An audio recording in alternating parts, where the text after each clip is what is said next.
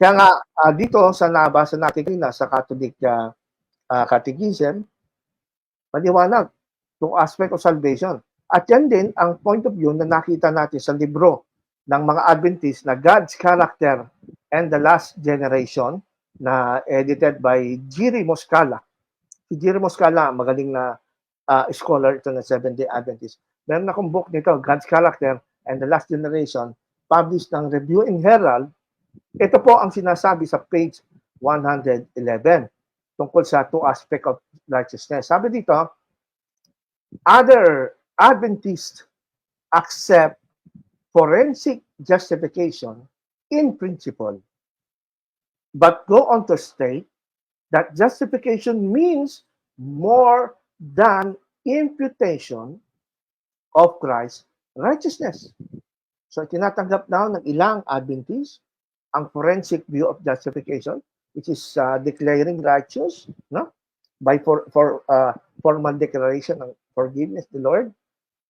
Pero sabi nga nun, but they go on to state na ang justification means more than imputation. Hindi lang ini-impute sa'yo. Hindi lang kine-credit sa'yo. It also includes the process. Eto na. Sabi nga natin, ang justification is not a process, it is a declaration, one-time declaration, once and for all ng Panginoon. Pero sa Adventist, ang justification is a process.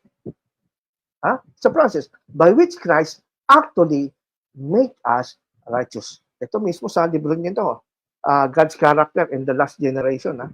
Well, according to this view, justification is primarily to make righteous, not just to declare righteous. Ito na. Huling-huli na natin ang totoong doktrina ng Seventh-day Adventist, mga kaibigan. Ito ang totoo. Huwag kayong maniwala sa mga layman, mga debater na layman, hindi naman nagbabasa yan ng mga ganito eh. Hindi official na kanyang sinasabi, sarili nila. Pero ito, nasabi mismo ni Jiri Moscala na sa Adventist, ang forensic justification is just a principle. Pero sabi nila, pero it is more than imputation of Christ's righteousness. Kasama dito ang proseso na kung saan si Kristo mismo through the Holy Spirit ay actually ginagawa kang righteous sa inward man mo. And according to this view, ang justification daw, primarily, ay para gawin kang righteous. Not just to declare righteous. Ang liwanag, di ba? Or else, it will be only a legal fiction. So, maraming Adventists naniniwala dyan. Na legal fiction lang yan. Hindi ka naman totoong righteous kasi nagkakasala ka pa rin. Ganyan din ang argumento ng Council of Trent. Kung babasahin mo yung Council of Trent session, na sabi nila, ang tawag dyan hindi legal justification. Ang tawag dyan, legal fiction. Fiction lang daw ng mga protestante na sila dineklarang righteous, pero hindi naman sila totoong righteous. Yan din ang pananaw na sinasabi mismo ng libro ng mga Adventist. Kaya sabi dito, despite the protest to the contrary, ang proponents of this view seems to adopt major Catholic arguments against the reformers in the 16th century. Yan na. Sinabi na mismo ng libro ng ating mga kaibigang Seventh-day Adventist na ito'y authority po ninyo, mga nag-aral to, at ito'y backup ng General Conference, na yung pananaw pala ng mga Seventh-day Adventist na may two aspect of justification, hindi lang dineklara ka, kundi ikaw mismo ay ginagawa kang righteous ni Jesus, ay ano, ito daw po, ang proponents ng view na yon ay seems to adopt the major Catholic arguments against the reformers in the 16th century. Kaya Brother Toto, kapalagay mo ba in harmony yung claim ng mga Seventh-day Adventists na sila daw ay mga tagapagmana at tagapagpatuloy ng Protestant Reformation o hindi? Hindi siya in harmony doon sa original. Kasi yun nga, it still reflects yung pinanggalingan, which is yung pinotestahan which is yung konsepto nga na faith plus works. Ngayon, yan yung inililinaw ninyo ngayon na sa pagkaintindi ko nga, na maraming hindi tanggap ng konsepto na sila'y ligtas na. And of course, ang confusion kasi doon is, syempre merong nagtuturo yung once you're saved, permanently saved ka na, kahit ano pang gawin mo na kabalastugan. Sabi ko, mali yun. A truly born again person, in the context of yung sinabi ni Jesus Christ na unless a man be born of water and spirit, malaking difference between head knowledge at saka may connection sa heart. Kasi ang true conversion is not only it's not the physical aspect, it's the spiritual aspect. Yung taong may true conversion, may Holy Spirit, itong mga bagay, ito yung mga revelations habang napag-aaralan niya ang mga promises ni God, doon niya nalalaman na siya ay saved. Kasi doon sa revelation pa lang na Jesus Christ died for you and paid all your sins, it's nothing about, wala kang gawain doon. Ang hinihiling ng Panginoon, maniwala ka na na-reconcile na. Tama. Ikaw sa Diyos through the act of mercy and grace at the cross. Kaya po, mga kaibigan, tandaan natin, hindi po kami ang nagsabi na Catholic point of view ang pagsasama ng sanctification at justification. Mismo sa aklat ng Seventh-day Adventist, God's Character and the Last Generation ang nagsabi na ito ang you adopt the Catholic argument against the reformers in the 16th century. Although in fairness sa Brother Toto, maraming Adventist pa rin dyan nasa loob ng SDA Church ang naniniwala sa forensic justification na ang justification ay separate sanctification. And I praise God for those Christians na Seventh-day Adventists na nasa loob. And I pray to them na sana lumago pa ang kanilang knowledge about it. Kaya nga ina-advise natin na hanggat maaari, baka punta sila sa church na evangelical, Protestant, kasi doon sila mag-grow yung understanding at knowledge nila ng salvation para makilala lalo at magkaroon lalo ng assurance salvation kaysa nandyan sa loob ng Seventh-day Adventist Church. Mahirap ang sitwasyon ng isang Seventh-day Adventist na nakaunawa ng gospel, na nakaunawa ng Protestant Reformation view ng justification by faith and salvation at nandyan sa loob. Kasi mahirapang mag-grow ang knowledge nila kasi pag magsisimba sila ng Sabado, marinig nila, Sabat, Ellen White, ganun pa rin. How can you grow? Paano ka titibay sa iyong pananampalataya dyan sa loob ng SDA? So, I encourage you, na humanap po kayo ng church. Ito po, sabi ni Ellen White, dito mo maintindihan, Brother Toto, yung popular na kasabihan ni Ellen White, kung bakit niya sinabi nasa messages to the young people sa page 35, the righteousness by which we are justified is imputed. And the righteousness by which we are sanctified is imparted. The first is our title to heaven, and the second is our fitness for heaven. Nung ako'y Adventist, sa totoo lang, nalilito ako dito sa sinasabi ni Ellen White. Kasi parang pinaghihiwalay niya ang justification at sanctification. Pero, kung titignan natin, dahil nakita na natin na talagang ang stand ng Adventist is Roman Catholic stand na two aspect of justification. Para kay Ellen White, yung two aspect of justification na yun, yung first aspect, you are imputed righteousness. You are declared righteous by faith. But it does not end there. Hindi nagtatapos dyan.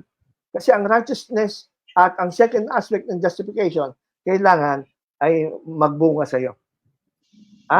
Kailangan ma-impart sa iyo yung righteousness na dineclare sa iyo nung una. Kailangan ipamuhay, makita talagang righteous ka. Actually, later on, they will discuss. Diyan na-develop yung doctrine na yung last generation theology. Yan na-develop yan sa ganong pananaw na ang justification is two aspects na you will be sanctified.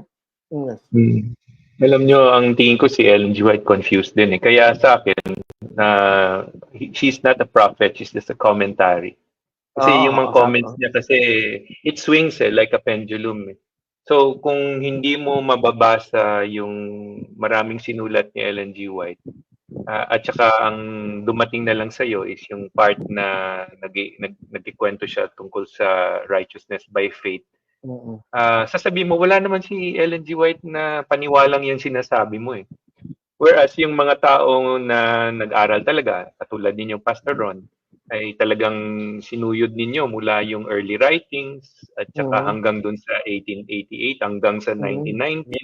Yung mga pinag-uusapan nila tungkol kay Ellen G. White after her death, masasabi mo talagang may pagka si Ellen G. White, yung confused din siya sa kanyang paniniwala. Kaya sa akin na discredit na siya as a prophet kasi siya din nag-struggle din siya to understand what it is all about. Kaya nagulat nga ako kanina bago tayo nag-podcast. Sabi, may sinulat pala si Ellen G. White na yung hikaw pala can actually, don't let your ears, sabi ni Ellen G. White, pull you down to hell.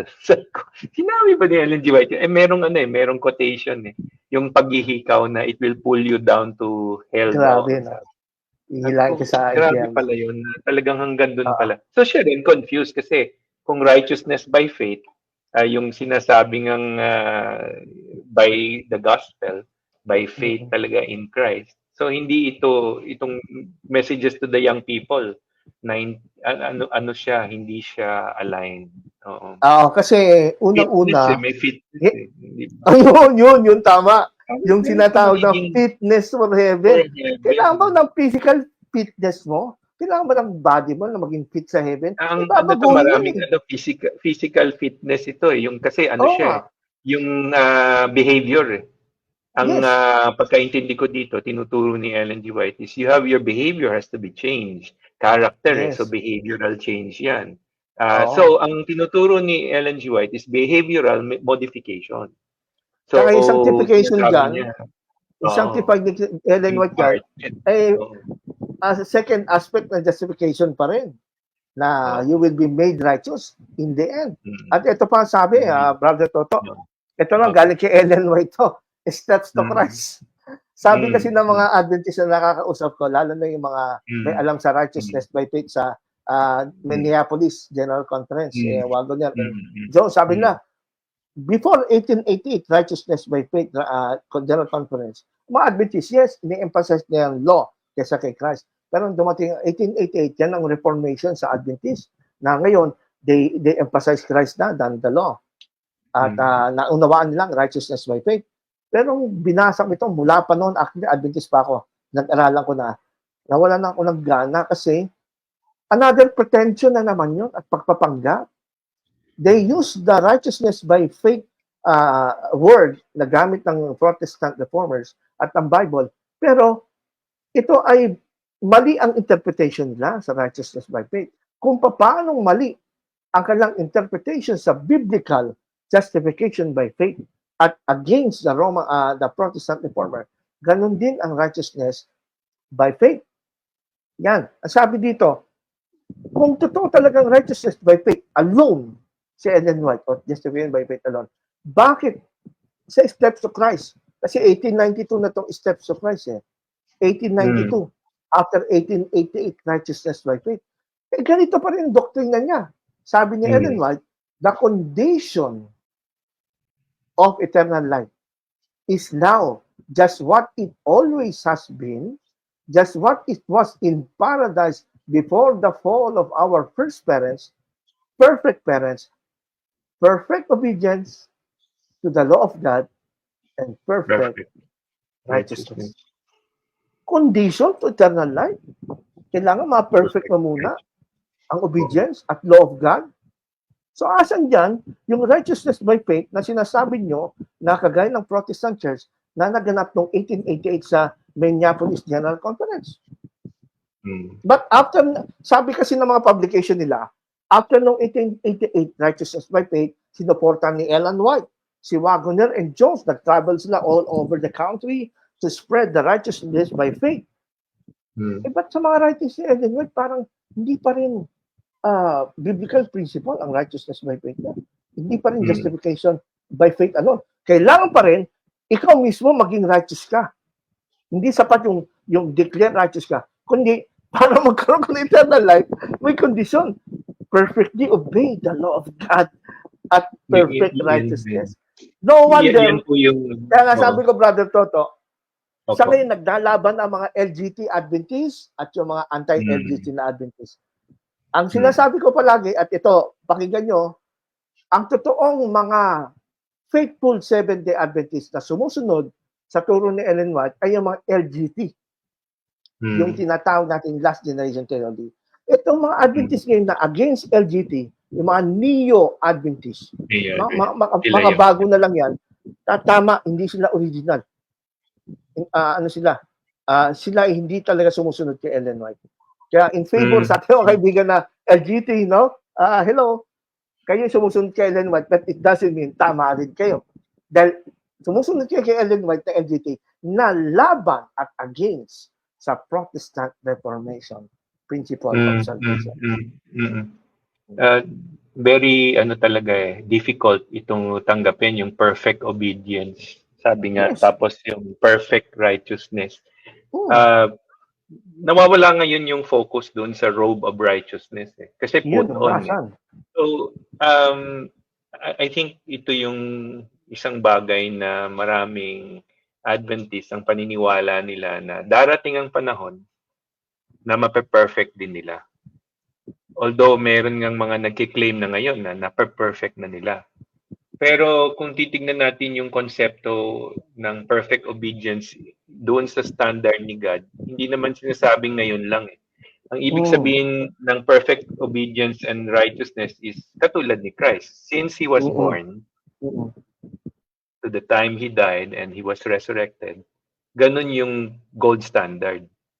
Now, kung iniisip ng mga tao na ang perfect obedience is yung on a day-to-day, itong araw na ito na perfect ko, bukas 90%. Hindi ganun. 30, sasabihin lang, ay ito bad day, 50 lang, 50%. Ngayon, marami akong naririnig na Adventist, sinasabi nila, si Jesus daw ang magpupuno nun, yung deficit. The partners kasi sila ni Jesus doon sa gawaing ito. Sabing galing naman, sabi ko, so ibig sabihin nun, si Jesus, tagapuno lang nung kulang mo, pero ikaw pa din yung kumbaga gumagawa nung yung share mo.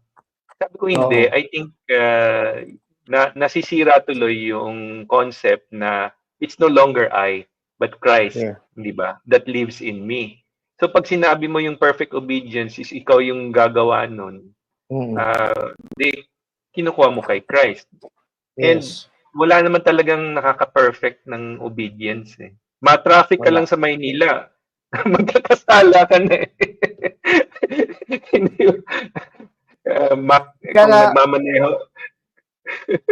Kaya nga, Brother Toto, pinag-aralan ko yung background ni Waggoner at Jones, no? During the 1888 Minneapolis, pinag-aralan ko. Ang righteousness by faith nitong, lalo na si Waggoner.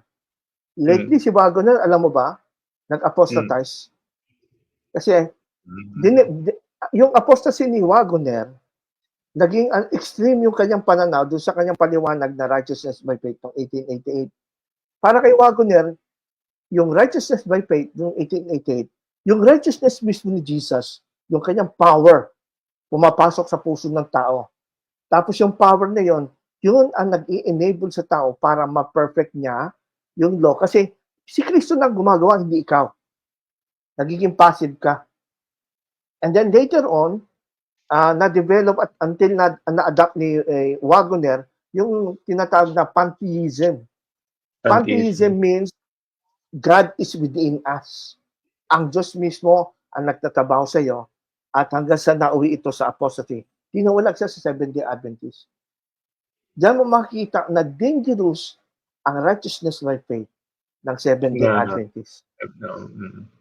Kasi biruin mo, mga champion ng righteousness by faith ang tawag dyan sa kanila ng mga Adventist.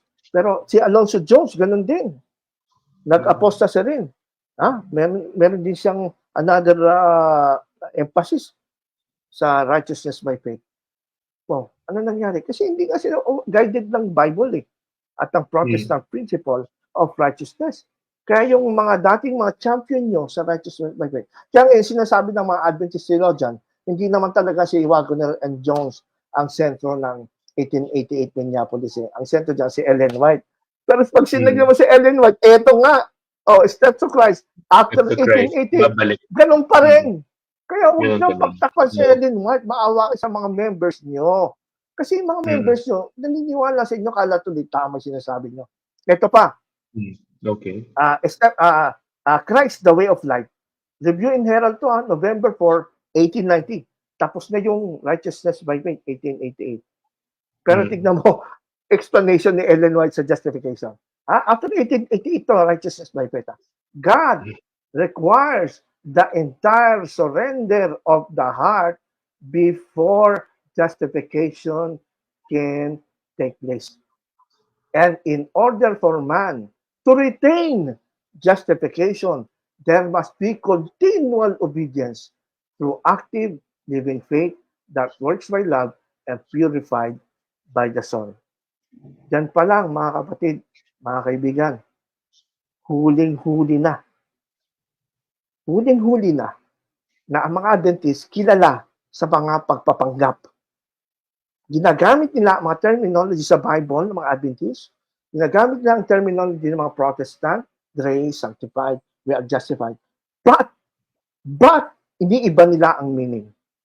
At ito'y ginagawa nilang compatible sa great controversy theme ni Ellen White. Ang linaw sa Romans chapter 4 verse 5 God justifies the ungodly. Ang ginijustify ni Lord, ungodly. Sabi ni Ellen White, ang ginijustify ay kay Ellen White ng Diyos, yung na-perfect. Justification by faith, yung mga na-perfect. Ba't ganun? Perfect na nga sa ginustify. That is not in the Bible. That is not a Protestant Reformation. That is Roman Catholic, mga kaibigan. Ito nga sabi ng Roman Catholic, sa Catechism of the Catholic Church. Official to, Official ito talaga statement ng Catholic. Since the initiative belongs to God in the order of grace, no one can merit the initial grace of forgiveness and justification at the beginning of conversion. Moved by the Holy Spirit and by charity, we can then merit for ourselves and for others the graces needed for our sanctification, for the increase of grace and charity, and for the attainment of eternal life. Di ba ganyan din ang doctrine ng Adventist? To attain eternal life, sabi nga, condition, sabi nga, the condition to eternal life ay ano? You have to perfect obedience of the law of God, perfect righteousness. Nasa steps to Christ yan. Condition, eternal life ay condition by works. Works of obedience. The same with the Roman Catholic Catechism of the Catholic Church. You can merit for yourself, needed for sanctification. Nag-i-increase dapat yung grace and charity for the attainment of eternal life. So, mga tuwid sa Catholic, Roman Catholic position, ang condition to eternal life, kailangan magtuloy-tuloy ka sa iyong meritorious work for salvation. Kaya ang Catholic Church, salvation by works din, the same with the Seventh-day Adventist. Yan ay mahirap na tanggapin katotohanan. Pero totoo yan. Ito pa. Ito yung sinasabi natin. Ito yung sinulat mismo ni ni Elliot Wagner. Noong 1888 ito, kainitan ng Righteousness by Faith. Sumulat siya sa aklat na The Gospel in the Book of Galatians, a Review. Kasi ito yung sagutan nila ni J.I. Butler at ni Uriah Smith. Uriah Smith, J.I. Butler, mga makalumang Adventist, at sila against dito sa mga kabataan na si Wagner at Jones sa kanilang pananaw. Now we are righteousness by faith. Sabi nila J.I. Butler at si Smith, Uriah Smith, hindi. Mawawaliwala yung pagsunod sa Ten Commandments kung ang righteousness by faith. Pero, tignan nyo mga kaibigan, mga Adventist na nadaya ng mga pastor, mapaniwala na kayo'y Protestant, Reformer. Ito, sabi ni Wagner mismo, habang pinag-uusapan yung righteousness by faith ng 1888, the true gospel is to keep the commandments of God and the faith of Jesus. Ha? Para kay sa champion ninyo at hero ng righteousness by faith na sinasabi nyo noong 1888, nakilala nila Adventist ang gospel. No! Sinasabi lang nila na true gospel yan. Pero hindi totoong gospel. Kasi sabi mismo ng champion ng Minneapolis Righteousness by Faith na si E.J. Waggoner, the true gospel is to keep the 10 commandments of God and the faith of Jesus. Tanong, may Bible verse bang suporta? Wala. Bakit? Wala sa Bible yan. Hindi naman yung gospel eh. To keep the commandments and the faith of Jesus, that is righteousness by good works. Yan sinasabi ni Ellen White na ikaw ay tatawagin lang matuwid before ma-justify ka, bago maganap yung justification sa iyo, ay kailangan ma-entire surrender muna, continue obedience. Nahalata niyo ba, mga kaibigan Adventist, kung paano kayo pinahihirapan ng inyong religion, paano kayo binaburden sa inyo ang kaligtasan? Andiyan pa yung sasabihin ni Ellen White na wala makakatiyak na magsasabi ako'y ligtas. Talagang wala. Wala talaga.